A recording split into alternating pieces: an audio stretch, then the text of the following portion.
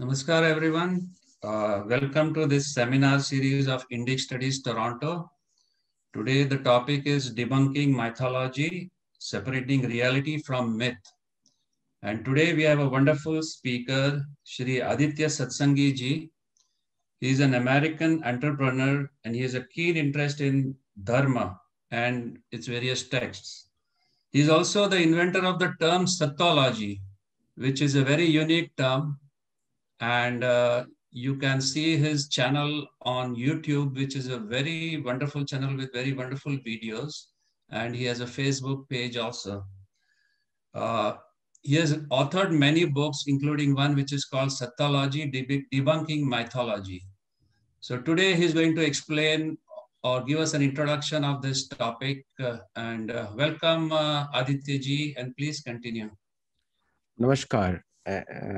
Thank you, Samir ji, and also I'd like to also give congratulations to the Indic Club, Book Club Toronto, because you are doing such a wonderful service for everyone.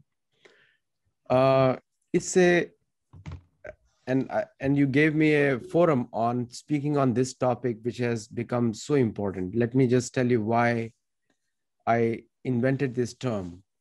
So there is a very famous author, and I've been reading his books a lot, very famous founder of ISKCON. He wrote in one of the commentaries that the mythology has played a havoc with the Indian Vedic culture. And see, when I hear Hindus from India and anywhere in the world, when they see my mythology, it used to hurt me tremendously, because my whole life has been dedicated in studying this culture since the age of 15, I know. And I can remember very well where I started reading Bhagavad Gita at the age of 15. And I got introduced there. And so it has been very painful in my heart when anybody calls Vedic literature as mythology. And as I started doing more research in Bhagavad Puran and various Sanskrit literatures, I'm not very well versed in all the literatures, but few books I have read thoroughly, which is Bhagavad Puran, Mahabharata, and Ramayana, and also Rig Veda to some extent because of other authors, because everyone quotes Rig Veda and Sam Veda. So I have read them a little bit. It is impossible to read all the Vedic literatures in a lifetime. So when people call mythology, then I started going into the etymology of the words, because just like in Sanskrit, if you want to understand the Sanskrit language, you do Sandhi Vichhed, we call it Sandhi and Vichhed. So through Vichhed, you find out what is the background or the root of the word. Like, for example, Yuj Dhatu. Yuj Dhatu means to reconnect, Yuj. And from it comes Yajan comes Yoga, from Yukta, Yukti. All these different words come from there. Like the Bhaj Dhatu comes Bhajanti. And if you go into the etymology, into the root word of Sanskrit, and recently there has been some work being made, Sanskrit intranslatables, and I really admire that work by Malhotra ji and many other scholars supporting it in a big way. So when you get into those Vichhed or Sandhi, then you come to know where the root came from.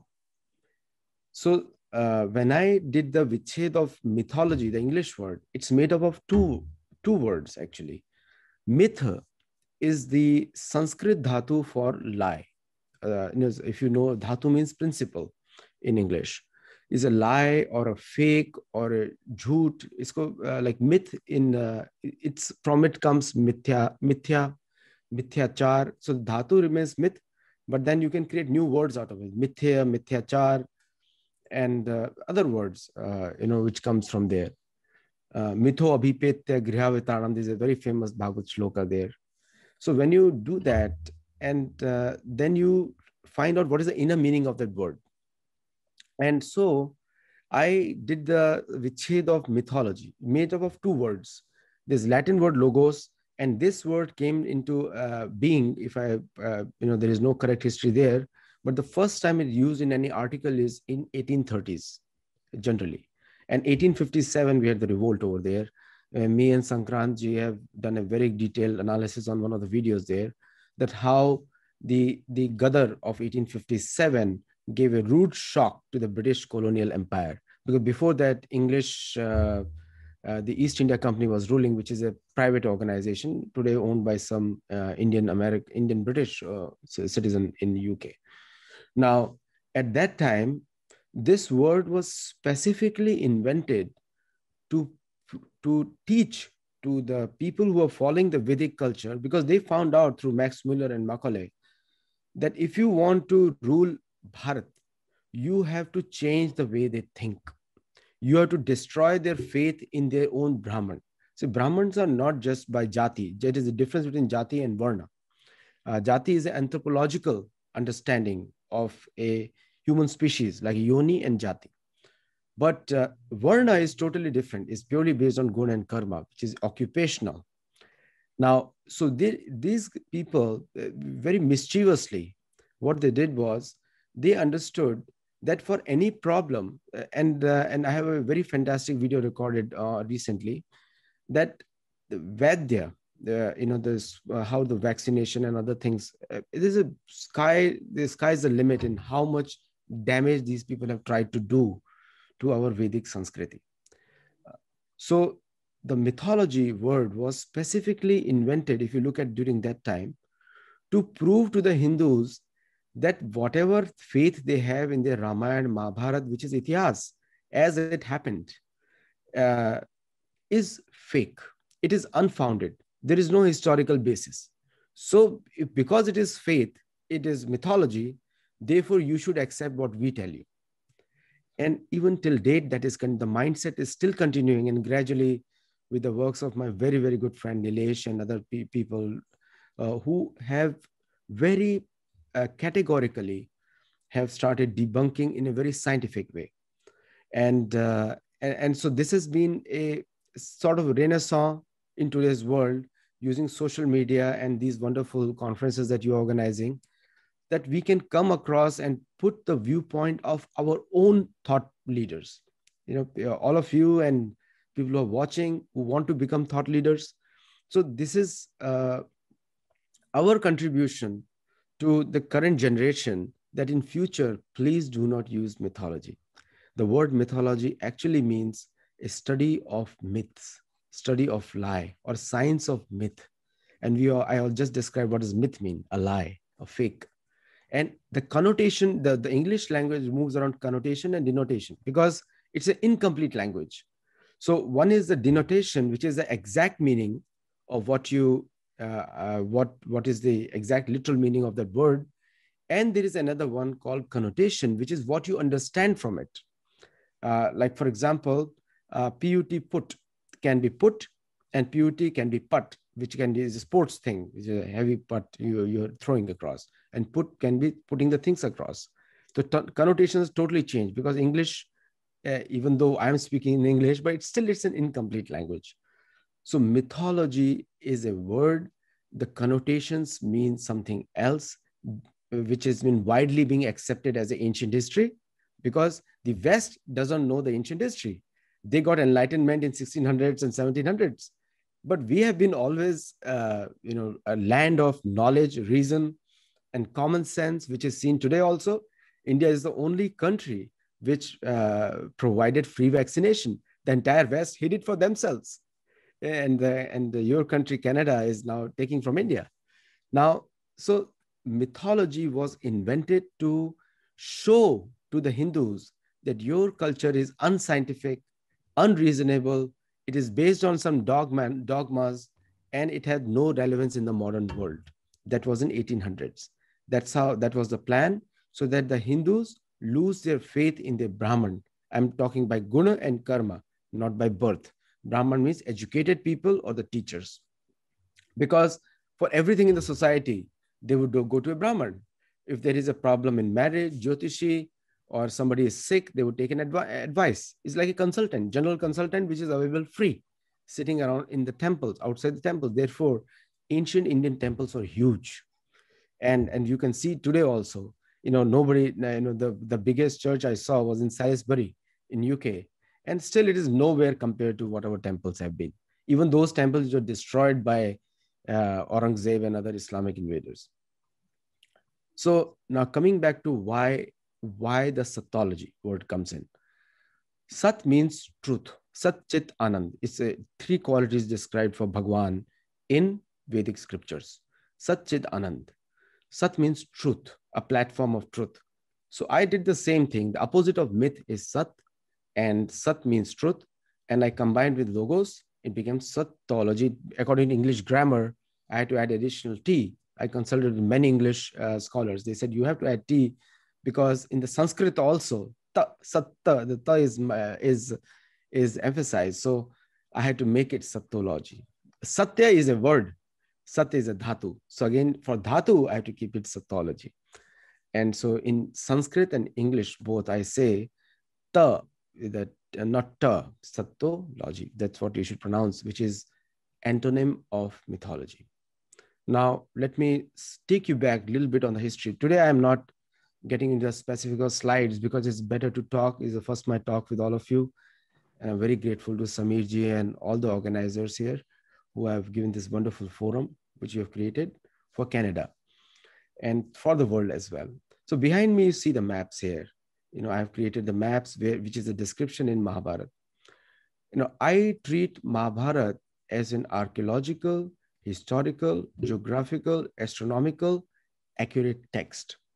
Now, there can be difference in interpretations, which everyone is welcome, because that's the process of knowledge, gaining knowledge, and which all of us supported, because the Vedic culture is built around questioning. That is a strength.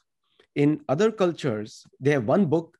In fact, yesterday somebody was telling me, Nilesh was telling me, that the entire Western literatures combined is not even 5% of Mahabharata, not even 5%. So it's such a weak literature. So only thing they gain the credence is by criticizing the Vedic culture, because there is nothing there. It's practically most of the philosophies, the sciences, everything has come from Bharat. The medicine has come from Sushruta Samhita. The vaccination process has come from Sushruta Samhita. The Tika is a very old Indian tradition going back to 5561 BC. It has been very well established. So old. And even today, they're coming to Bharat for vaccination and other things, medical science. Now, specific areas where I really question the ethics of the Western academics, and not all of them, Western Indologists, not all of them, some of them were really genuine, and the intentions. Why the intentions play an important role is because it builds the identity. So when the people have to destroy somebody, destroy their history. If you have to destroy somebody. 1492, I'll first start with the South American history. 1492, an Italian, he had no money, Columbus, on Spanish money. He was sent, he was almost like he was to be punished, and he was given an option to travel and explore. He came to Barbados, 1492. He discovered, he was searched out to India, could not search India, but he thought that, he was told Indians are brown, ugly looking, and dirty looking people, not civilized. It was a Christian mission to Christianize India and at the same time extract money. He came to Barbados between 1492 and early 1900s. There was such a mass scale removal of history that today South Americans, they prefer to be called either Spaniards or Portuguese. There is no original identity left, other than one country or two countries, Chile and Brazil, and also to some extent Ecuador and Peru. Other than these four countries, there is no iota of history of what happened before 1492. It has been wiped out.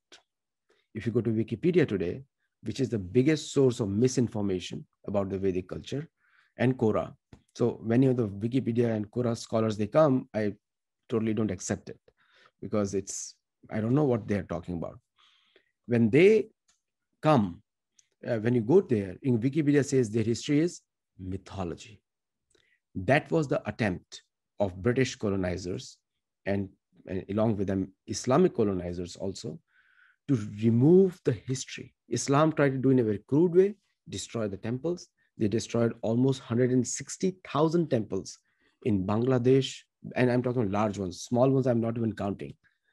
Bangladesh today, Afghanistan and Pakistan and Bharat also. Bharat also, a lot of mosques have been gone. What is left of Bharat today is India.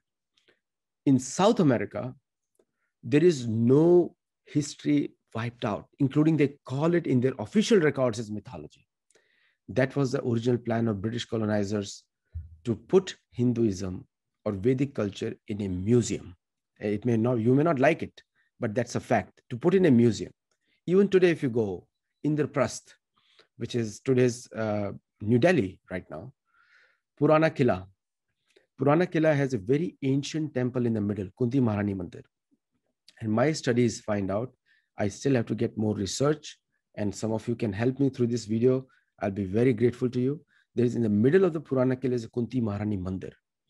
And according to my analysis, that is the same temple which Kunti Maharani worshipped Krishna when Krishna visited Indraprasth. Because there is a description in Mahabharata, there was a well nearby.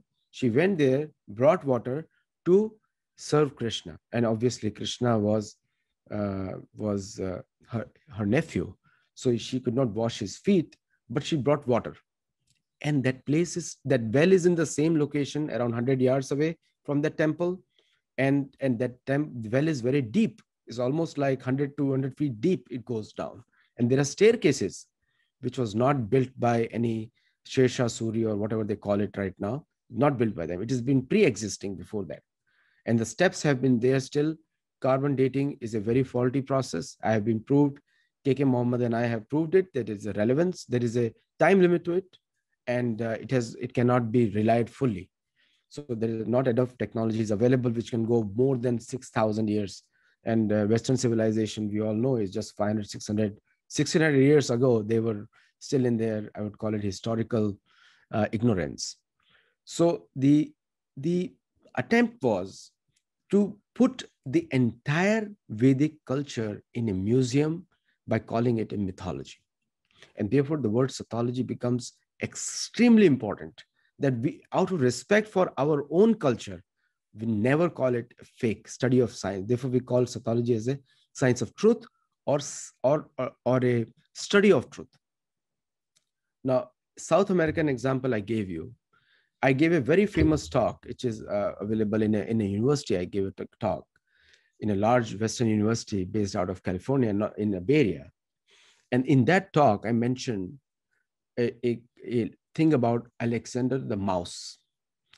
I'm not talking the Greek historians. And on the date side, first of all, I only focus on the narrative side because dates require much more exact research, and for which my friends like Nilesh and other people are doing a fabulous job there. So I focus only on narrations, because the narrations are important, because the narratives define the public opinion. So one of the things, so in my first book, The Debunking Mythology, I spoke about the Greek mythology. I call it a mythology because it's actually fake. It has been derived from the travelers from India traveling for trade, because if it was not India, they would have no money. They were all barbarians at that time. They were all killing each other for blood, and there was no peace, including the architectures. I have proved in one of my articles that architectures were inspired by the Mauryan kings, Chandragupta Maurya dynasty, and which on the date-wise, my calculation is totally different, because I don't go by the BC AD calculation, which has been imposed dates. BC has no relevance for me, because the date is a hypothetical date. It's not a real date. Our Vedic calendar dates come from the astronomical calendar, movement of the sun, movement of the moon, movement of the stars. And the Western calendar is just based on some hypothetical date based on their king or something like that.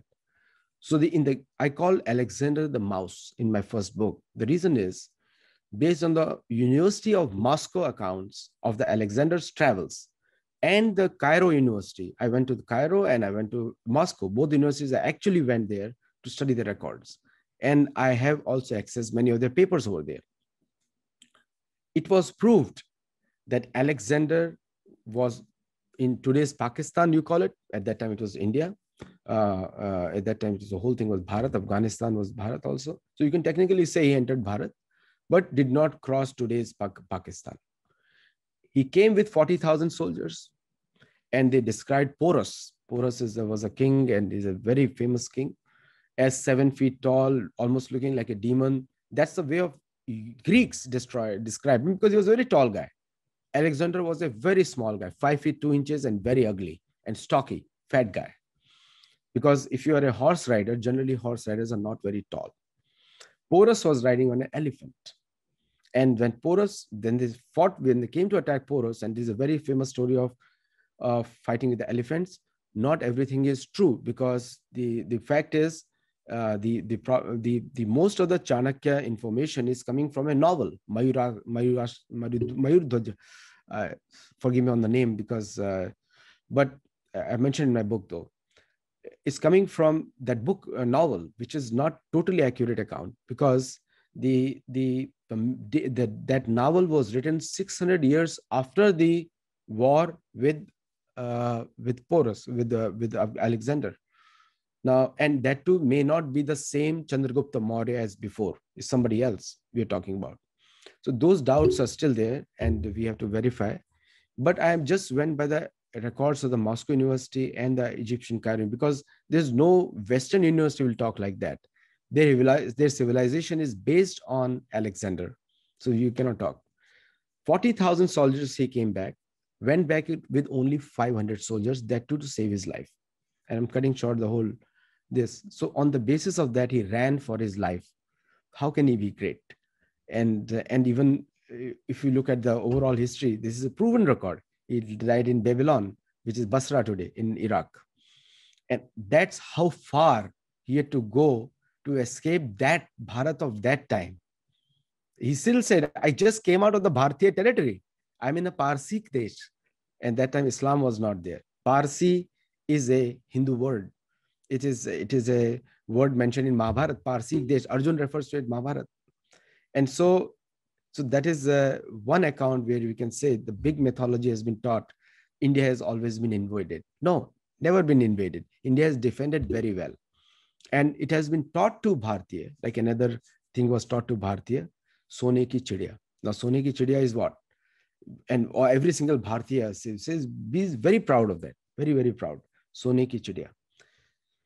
Sone ki Chidiya was a Persian term used to motivate the Persian armies, Ajam-e-Islam, because when the Islam attacked Persia in 653 AD and 653 AD, in 37 years, both Iraq, Iran, and other people were forcibly converted from Zoroastrian to Islam. So they invented a new form of Islam called Ajam-e-Islam, and which was the only meant to spread towards the east. They hated Arabs, and till date they do it. This is a historical record. And they created a new version of Islam which was supposed to attack Bharat. And they called, to motivate their soldiers, they call it Sone ki Chidiya. Why? And Chidiya is a Farsi word also. The Sanskrit word is Pakshi. So again, Sone ki Chidiya, why? So you can loot it. They don't call it Sone ka Sher. They call it Sone ki Chidiya. You can loot it, you can destroy it, you can do whatever you want with that Chidiya. They don't call it Sone ka Sher. For themselves, they reserve say Sher. Wahan pe Sher hota hi nahi. There's no lions in Persia. Even at that time, there were mountain lions, but not the lions, and the big cats are not there. There's mountain lions, there leopards are there. So that aspect is also been from the Arab Hindu Kosh dictionary that has been verified, and I have published that also. Third comes to the Mahabharata timelines. The Mahabharata timelines, actually, we have to put our own calendar. There are many people working on it, and many of my friends are working on the calendar and putting the right dates of Mahabharata using the scientifically described phenomena within Mahabharata itself. And the dates will come out. Behind me is the map which I constructed based on my research on Mahabharata. I'm going to talk about it in my next book coming up, a book also in many articles I've spoken. that which are the different 7 islands and 7 seas, and 13 additional islands have been described in Mahabharata, all accurate. I counted all of the major ones. And if you go on this side, you can see, on this side, you can see Jambu Dweep, you can see Shalmali Dweep, which is carried out Kusha Dweep, and Chinese Khasa tribe, North Kuru, you can see the North Kuru here. You can see Kekaya Desh. Kekaya Desh is where. And what the British did was put the entire Mahabharata in just today's map of Bharat. Even today, many of the Indian scholars talk about that. But Mahabharata doesn't talk about that. It's totally, Mahabharata talks completely different. Arjun went to Uttar Kuru, and which is described by Duryodhan when he gives a report to Dhritarashtra. He says, Arjun went to the seas from where the cranes come to Bharat.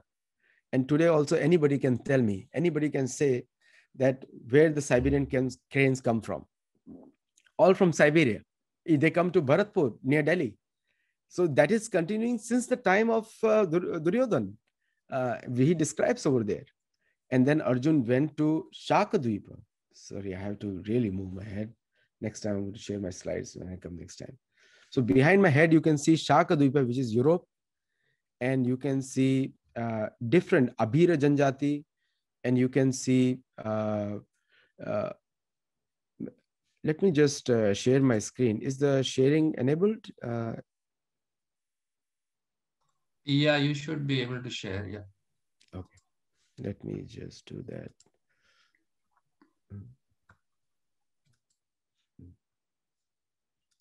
That will make it very, very clean for everyone.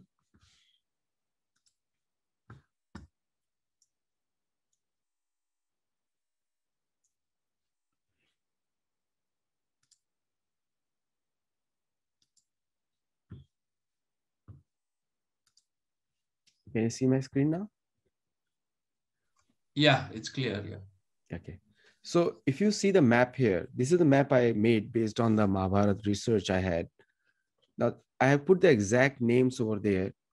And I really want to be challenged on these maps because I want to be questioned here and so that I can myself learn also. This is my understanding. And so North Madra, Yavana, Balik, and Madhya Desh. The Madhya Desh is showing right here. KK is here, Gandhar is here, Sindh is here, Nepal name, even that time it was called Nepal. And Pragjotishpur is Guwahati, is right here. Bang, Ang, which is based on the Anga was the territory of Karna, which was gifted to Karna. And there is a Magad here. And right up is Saharanpur and Indraprasth, right here. So this was a map which is described in Mahabharata. So many of the places are still there. Like, very historical account is there when the Nakul and Sadev, Shalya, so it is very clearly mentioned when the Nakul went towards the west, and he went to the ocean in the west, and that was not west of Dwarka, west of Gujarat. He went right to the land where he went to the ocean on the west, and people ask me all the time, how did Nakul reach there? There are so many mountains and this, how is it possible? See, the same reverse logic works. If the people from the west, invaders can come here on horsebacks, why can't people from Bharat go to the west? Same logic works there. If they can come, why can't we go? Oh, they did not have horses. Totally wrong. Horses have been there in Bharat since the time of Ramayana Kal, not just today, but since the Ramayana Kal it is there. Dashrath Maharaj had a huge armies. My next book is coming on that. Huge armies which had horses. He even had Daryai horses, which are known as rhinoceros. And they also had Daryai horses protecting Ayodhya. So the saying that, again, the West has created narrative, horses are not there. Horses came from Arabs. There is no horses in Arab. It's a desert. It has been desert, Marubhumi, since that time. So there's no horses over there. You have camels over there. And there are certain northern parts in Parsik. Yes, there are horses. But those horses have 2 ribs short. I analyzed that. The skeleton structure of horses, I analyzed. There are 32 ribs. Even today, if you go and buy the horse in US, the Arabic horse has 32 ribs. 34 ribs are the horses only found in Bharat. So an Indian army maintains the 61st Cavalry, the only horse cavalry in the world, with 60,000 horses. Nowhere else you have. And you can see all their horses are bigger than Arabic horses. So just say, and they're faster also. So just to say India did not have horses at that time is fake news, is mythology they're talking. India had horses there. Arjun got 90,000 horses from Parsik, which was the territory of Yudhishthir Maharaj, and which is very well said, like in the Anartha Desh review, Anartha Desh. Anartha Desh is two regions are called Anartha Desh. One is near Gujarat, and one is also called, because Gujarat had a lot of people coming from Parsik Desh. So it was also known as Anartha. And also it is known as, Parsik also was known as Anartha. So there are two references in the same. Like, for example, Prag Jyotishpur, there are two versions. One is Prag Jyotishpur on the west side of India, east side of India, which is Guwahati today, and another on the west side of India, which is mostly in, near Balochistan area, Balochistan or little before that area. So the two references over there, just like Kuru. Kuru was Kurukshetra, we know, where the tapasya was done, but the area of Kyrgyzstan and Kazakhstan was also known as Kuru, Uttar Kuru. And that reference is again coming from Mahabharata, where Duryodhan says to Dhritarashtra that between near the Shadova river, when because of the wind flowing between two mountains, the sound of the bamboo comes, this music of the bamboo comes. Arjun has even crossed that area and got more soldiers to fight with him, against us. Now, I verified that in Kyrgyzstan, there is exactly a place called Shadova, and names have not even changed in their historical records. And there they brought it. And we all know, just 1,000, 2,000 years back, Kyrgyzstan, Kazakhstan, many of these areas, and it has been proved by many, many authors, people who have spoken on Xinjiang province, and how the Durga was worshipped there. Because Durga has been worshipped there even in Mahabharata tremendously. Like right before the Mahabharata war, Arjun says the prayers to Durga. And so historically also it has been proven that they were speaking. I did a research on Syria, and I can tell you with full confidence, 400 BC, according to the Western calculation, they were speaking Sanskrit. Even today, the ancient name of Syria is Al-Sham. I had a great interest in Syria. And because of this reason, because of Nakul, Shalya, Madhya Desh is not Madras. Many people say it's Madras. No, it's not Madras.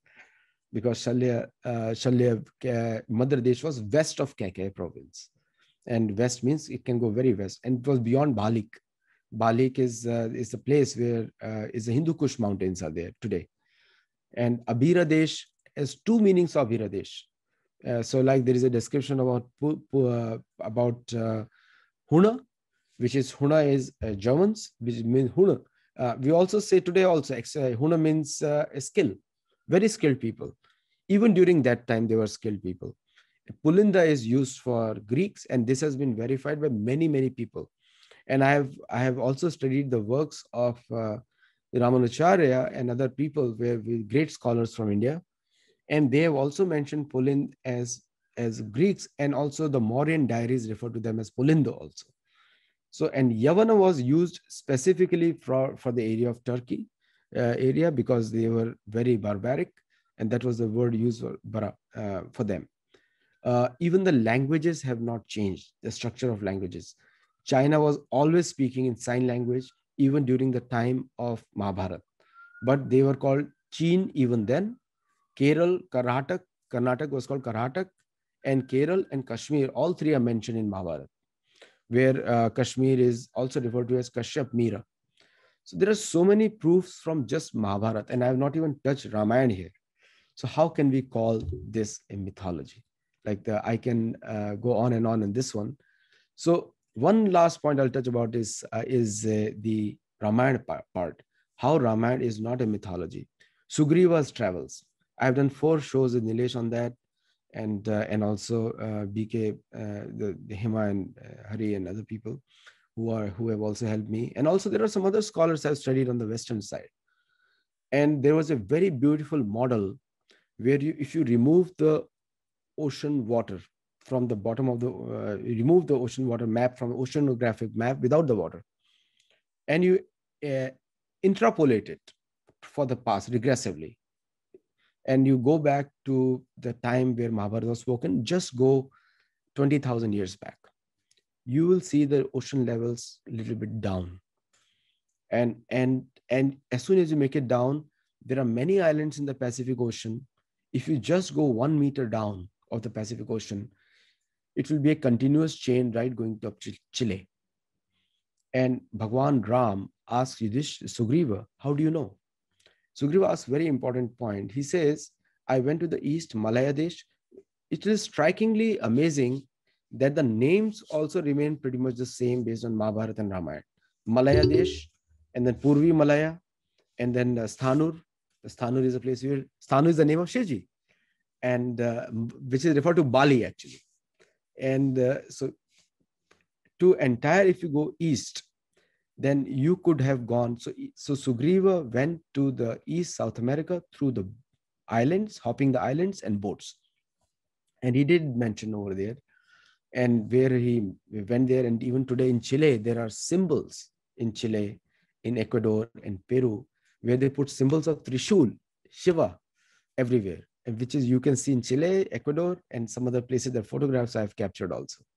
And those were, so Ramayana spread was geographically bigger than Mahabharata spread. And we can, today there are many scholars. I'm just one of them, but there are many people have proven that with their photographs and other evidences and astronomical evidences and archaeological evidences. But none of the Western philosophies, including the Greek Empire, Roman Empire was a fact, but most of the stories were not fact. It was a very barbaric empire. And when the Pope replaced the Roman Empire, first of all, they did was went away with the 12 Olympians, which was again based on Aditya, Dwadash Aditya. Why the number 12 came in? Because they're sun worshippers. The entire Magad dynasty was sun worshippers. And it came from Ikshwaku Vansh. And that's how it traveled to the West. So how randomly the number comes 12, it needs to be questioned, and more research needs to be done on that. So the 12 Olympians became, were there, which were replaced with the 12 Greek gods. And now they're replaced by the 12 popes. This is how the church has played havoc with the history. Because unless they remove the old history through bad propaganda, they cannot preach what they have. There's nothing they have. So if you go to the Vatican Museum, I went to Vatican Museum to research it. I photographed some things which I could, some things which I could not. The only thing they show about is Coptic Egyptian potteries and some Hindu artifacts from Egypt, like Narvyagra. When we say Tutankhamen is Narvyagra, which is a Hindu, there are many Hindu temples in South India today, which have the same form as Tutankhamen, with Narvyagra, face of a man, body of a lion. And it is a symbol where the Naresh, where the Raja is considered the representative of Bhagwan for the purpose of ruling on behalf according to dharma, not according for exploitation. But the European history is filled with exploitation. But they dare to call other histories as mythology, because if they do not criticize someone else, they do not have any historical basis to stand their own ground. Therefore, they call everyone else as mythology except themselves. But history is proving otherwise. I have one more point to make before I stop, and I will be free to take any question. In my next slides, in my next presentations, if I come here, when I get invited, I'm going to come with more slides. The aspect of the history of Africa, the most ignored continent according to archaeologists, but not according to Veda. I tell you why. Ravan crossed Africa on land. They did not go through the south because he was not as experienced as Sugriva. Sugriva had had full knowledge because it was more ice over there in south. And he had seen it because he's running away from Vali. But Ravan was smarter. He went to Brazil. Like I said, the ocean levels are much lower. And he went across Africa through land. So there is a vivid description about what he saw. The description of Gomphotheres also comes in, and also the description about the lush green vegetation. And the description about Kusha ruling from the west on the African continent is also established by Skanda Puran and other places. But we have to still work on some research over there. So Africa was not ignored as per the Vedic archaeological sciences of people who maintain history of the world. It was always known as, the Africa is known as Kraunchadweep. South America is called Plakshadweep. Where we live is called Pushkar Dweep, and Shalmali is Australia, and Kusha is the entire Southeast Asian islands. So I'll stop here, Samirji. If anyone has any questions, they can ask me, and let me know feedback.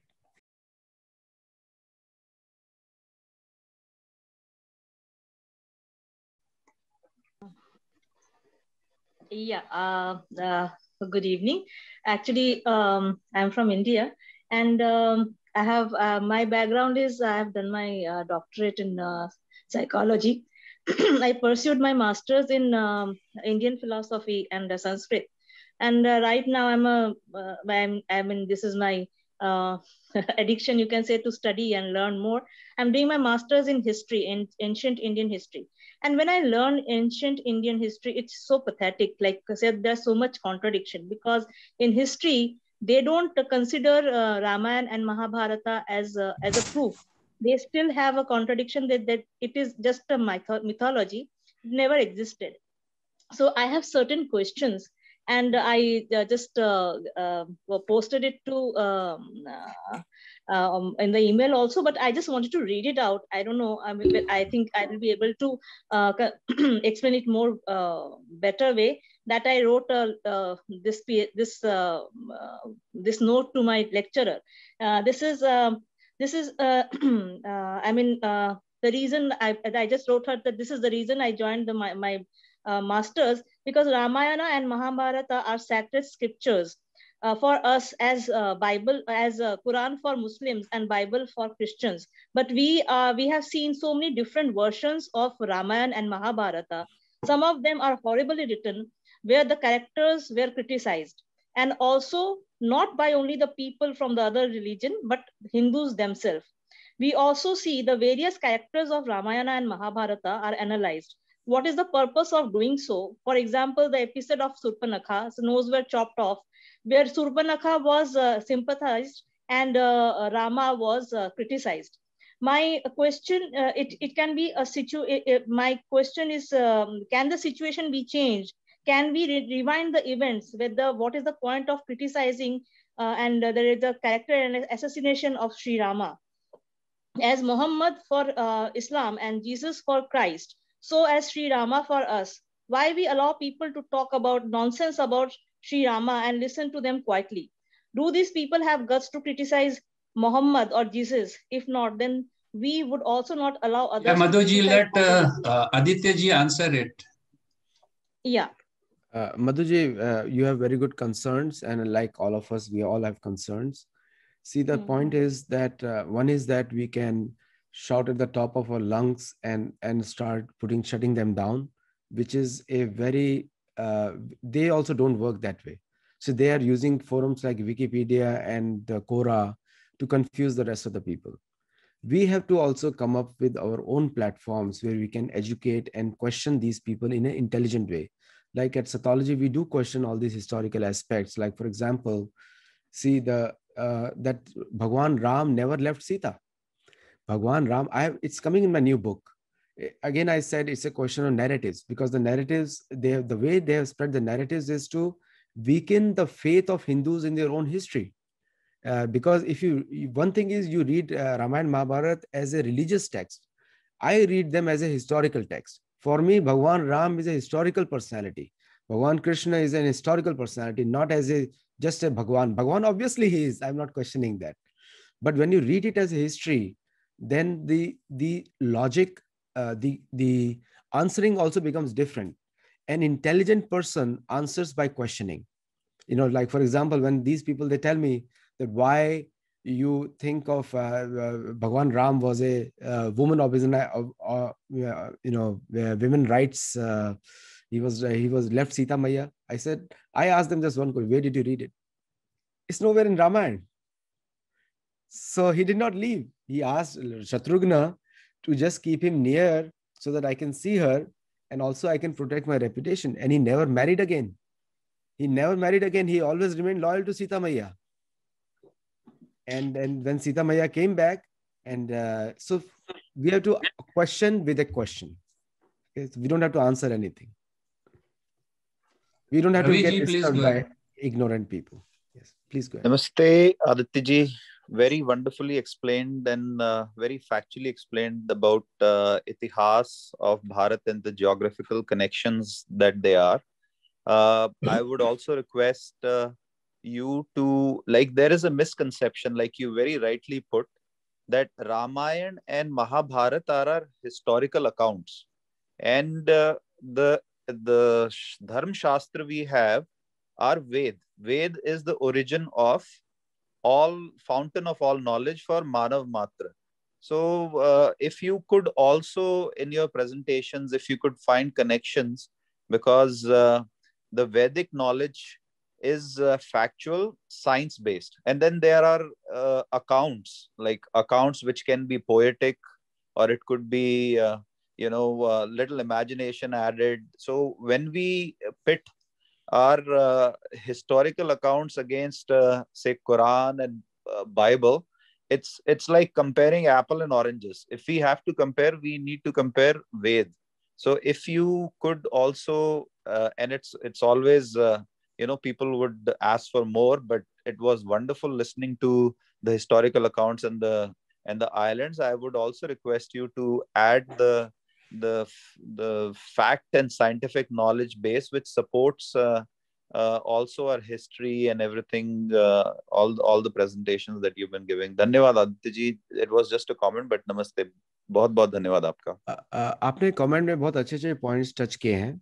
उसमें let me just cover you. I have written 6 books. And like I always said, I'm focusing on correcting the narratives. I'm not focusing on date side, because date wise, I personally don't have much interest there. And which Nilesh and other people are doing a fabulous job there, okay, with their scientific things. My question is on the narratives. Is the for example, you just mentioned the Quran and Bible and other places. With due respect to some of the very reasonable people there, not all of them are, but some, I would say that every account is laughable to some extent, because just like they say about Ramayana, accounts are laughable, and they say, but I'm encouraged by that laugh. I said, prove to me. Okay, when they say, did Sugriva ever visited Europe? And I can prove to you, he did visit Europe through science, through everything possible, through shloka of Ramayana. I can prove it. But they cannot prove anything that they have in their own versions, in their own books. They cannot. And second thing you mentioned about the Veda. So this is the biggest faulty information taught to most of the Bharatiya people, but not by Vyasdev and Valmiki. So when Mahabharata is written, Vaishampayan, who is speaking to Janmajay for the first time, Vaishampayan is a disciple of Ved Vyas and also is the authority on Yajurveda. He wrote Yajurveda under the guidance of Vyasdev. So now he is the one who is reciting Mahabharata to Janmajay. So that guy is already an expert. Rishi Vaishampayan is already an expert on many. Did you know that before? He's already. So when you study Mahabharata, you get all the information of Veda in a nice story format in conversations. So simply by studying Mahabharata, you can get all the information about the Vedic conclusions from all the 4 Vedas. Tapas ji, please go ahead. Namaste, I'm from Canada. The only thing I wanted to mention here was like, I have an Iranian friend. And the first time I met her, she came to me and said, "Where are you from?" I said, "I'm from India." She said, "Oh, I'm from Persia, first of all. And you would love to know my name. My name is Shiva, and I'm named after the Hindu god." She didn't even say Indian god. She said Hindu god. Correct. And, being in Canada, we can slightly, little openly we can discuss. So I said, "Well, you come from the Islamic State of Iran. How come you still have this name?" She says, "Oh, that is political. In our culture, it's a very popular name." So, and she was telling me how people love there. And she actually invited me for one of the, right now we are having, Zoom meetings. So she invited me for one of the Zoom meetings where they were discussing old Persian literature. I did not understand because it was in Persian, but she explained to me, and her family explained, it was all about nature and how beautiful this land is. So it has nothing to, so what I'm saying is, like, the mainstream media or the, communist kind of a media that's going on, they are still trying to suppress us. But beneath that layer, the general people, this concept of the same culture we come from, that love for that culture is still very much there. So you have done a lot of research going to Egypt and all, but I'm saying that, general people, it still lives, it's still a living culture in their hearts. So I just wanted to mention that. Actually, I wrote the entire history of Persia, and my first book has been very generic, but rest 5 books have not been generic. In my first book, I did mention the history of Persia completely, that how it's a Mahabharat name, and most of the people today, Iranians, we have in LA, we have a lot of Iranian Americans, and I'm part of the food club of Iran, and they and I tell you, they bring me unique gifts from Iran, and I tell them Iran is an Islamic name, but your actual name. So then again, they told me the history. It came from Arya, and Arya from Bharat. They accept it. It is us, we don't accept it. They accept it. They are honest about it because their entire cuisine is based on Bharat. Yes. And so we have to stop treating them as separate. Especially, there are some radical people also there. We have to ignore them. But there are a lot of good people who are there because they still respect Zoroastrian culture, which is nothing but a Hindu culture.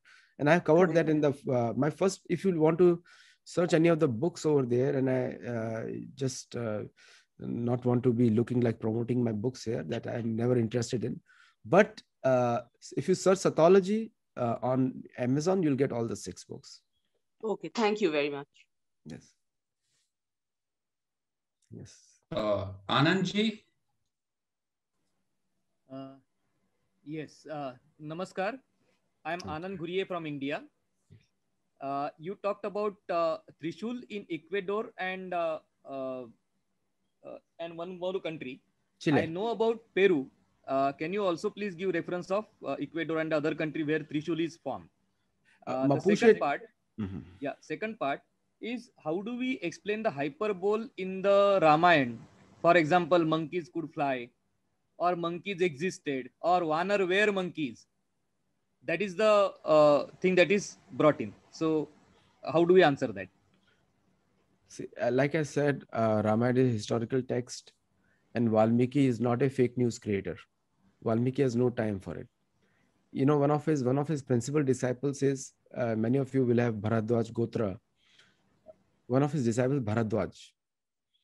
So, as you just thinking that what in your human experience you have not seen, and you're talking about an age which is thousands of years back. So when Ramayana says Vanara, the Devata took birth in Vanara families with the help of Deva, like Indra, Chandra, these people, they gave birth to in the monkey family. Because to destroy the pride of Ravan, it had to be done through monkeys and humans.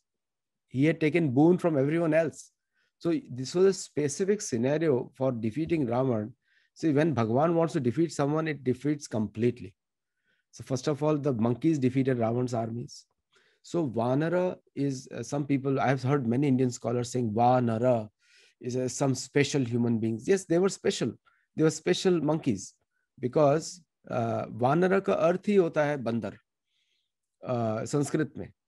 और मतलब आदमी जैसे दिखते हैं, नर के जैसे दिखते हैं, लेकिन वन है नहीं, वानर, समथिंग डिफरेंट. लेकिन जो the people who were actually doing the pastime, it's written in Ramayana very clearly that devatas took birth in some families in Vanara Jati, and they took it. So many of the Indians are apologetic about it, call it hyperbole. कैसे हो सकता है? You know, I give an example also. Like in Japan, if in Japan there are species, there are 400,000 species according to Veda of human life. Everybody's facial characteristics according to Yoni are different. The anthropological formation of a Japanese face is different than an African face and different than an Indian face. Now these are three different categories. Now similarly, in that time, during that time, we had a need for a specific type of people, and therefore you see that Nala came to build the bridge. And how can monkey build a bridge? But this was not ordinary person. Devta took birth over there. So you have to accept the author, especially a person like Valmiki, on the basis of truth. Secondly, Valmiki wrote in Sanskrit, and Love and Kush recited Ramayana in Sanskrit in front of Bhagwan Ram. Bhagwan Ram said, yes, it is true. Now, are you bigger than Bhagwan Ram? You have to question yourself. Are you bigger than Bhagwan Ram, or this is hyperbole, or Bhagwan Ram was indulging in something which is told by his own sons, Love Kush later on, was some kind of entertainment? No, Bhagwan Ram said historically correct. And Brahma is the one who authorized Ramayana. Brahma told Valmiki that, so you have to, if people do not have faith in these people as historians or something, then you'll naturally start questioning. And that's the exact purpose of Max Muller and Macaulay.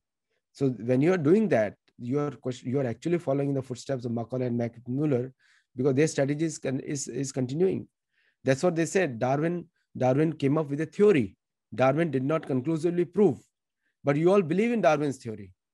But I say Darwin's parents came from monkeys, not mine. I know my parents. I know my entire 5 generations. But Darwin's theory came from monkeys, and it has never been proved. Never been proved. One Nobel laureate, I asked them, San Diego, we have plenty of Nobel laureates. I asked them, what do you think about Darwin's theory? I said, he told me, it's just a theory. Ignore it. That's what he said. So we have to start questioning ourselves. So are we thinking of Valmiki as an ordinary Harry Potter creator, or Valmiki is writing an actual history? And who is authorizing him? Who is validating him? Who is proving him that he is right? It is Bhagwan Ram himself doing it. So when you start questioning Valmiki as an hyperbole, then you're questioning everyone else, and you're making Max Muller and Macaulay successful. So some things you have to take on faith. For example, Einstein existed. You and I have never seen Einstein, and there are a lot of videos can be morphed very easily. We can always say Einstein never existed. I can prove he's never existed, but there are proofs over there. Similarly, Bhagwan Ram's story has proof of Valmiki reciting and he himself validating. So somewhere you have to add some faith to that. Dr. Rajashri?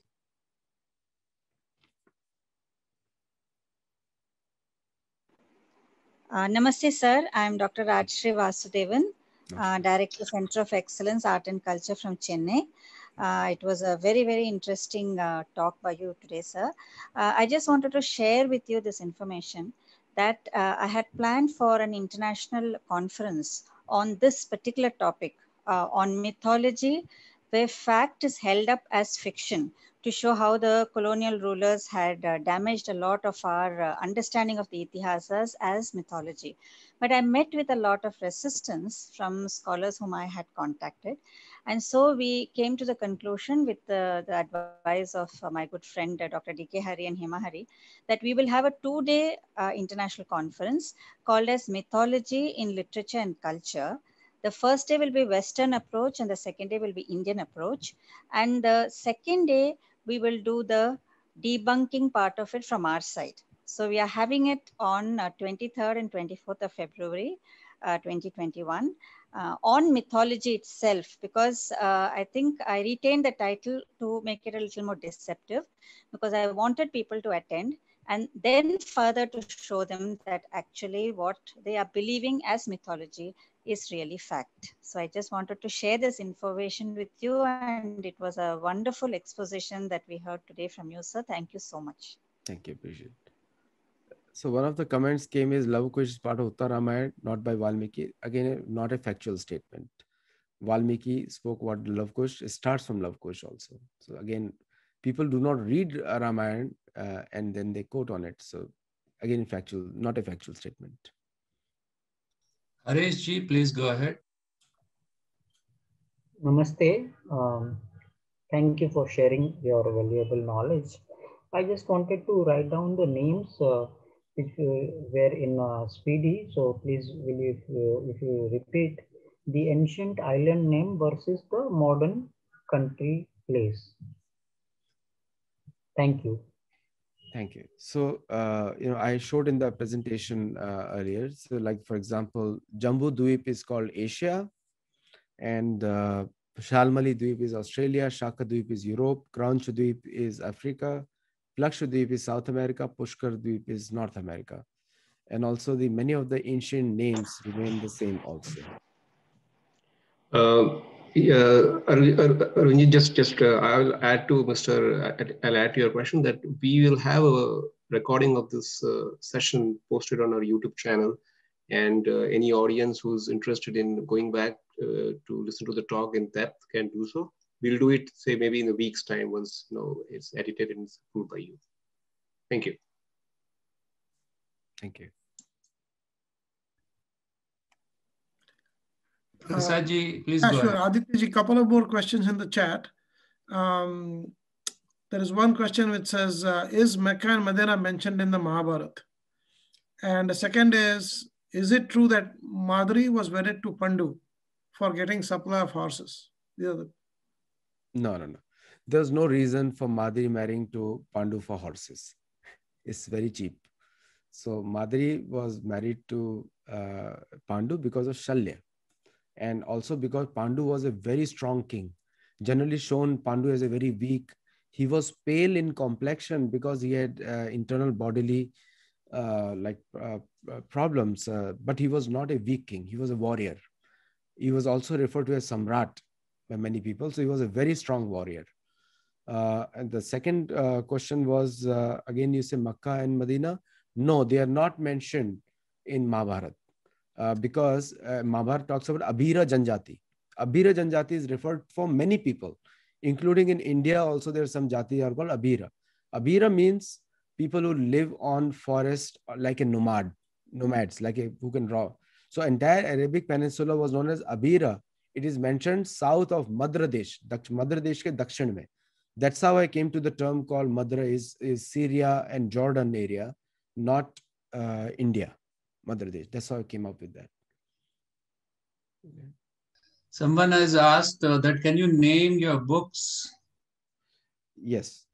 So one of the book is Debunking Mythology. If you go to Amazon and search for Sattology, Sattology, you'll get all my 6 books. But I'll just read the names here. So one is called Debunking Mythology. It's with a different cover now. So it's an old version. I always keep my old copies. So Debunking Mythology, another one is called The Making of a Statesman. This has been very popular. In fact, it is with Prime Minister Modi also. And it is Narad Muni's instructions to Yudhishthir.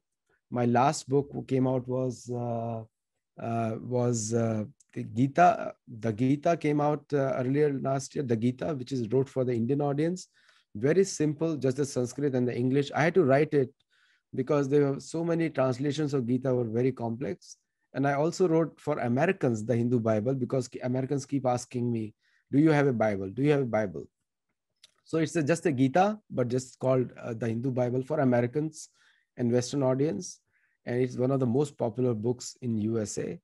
And one of my another book was Karma is a Bitch, because most of the Americans, they accuse each other. They abuse karma. Karma is a bitch. Karma is a bitch. Most of the Indians don't like the title. I can see you here, but it is one of my most popular books. It's a complete science of karma, and where so very popular with Americans.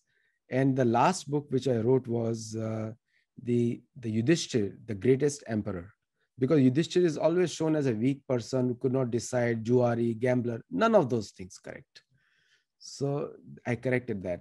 And one of my next book is coming on Ramayana, where I've done extensive research on it. And then I'm going to publish that. It's going to come anytime now. It's already in the print. Thank you, Aditya ji. I think we have reached time, and that was a wonderful presentation. And please check out Aditya ji's YouTube channel, Satyology. He's got wonderful videos. And this recording also we are going to publish on our Indic Studies Toronto YouTube channel. And thank you, audience, for attending today. We'll looking forward to the audience for our next session, which we will announce shortly. Namaste, Aditya ji. Pranam. Namaste, everyone. Pranam.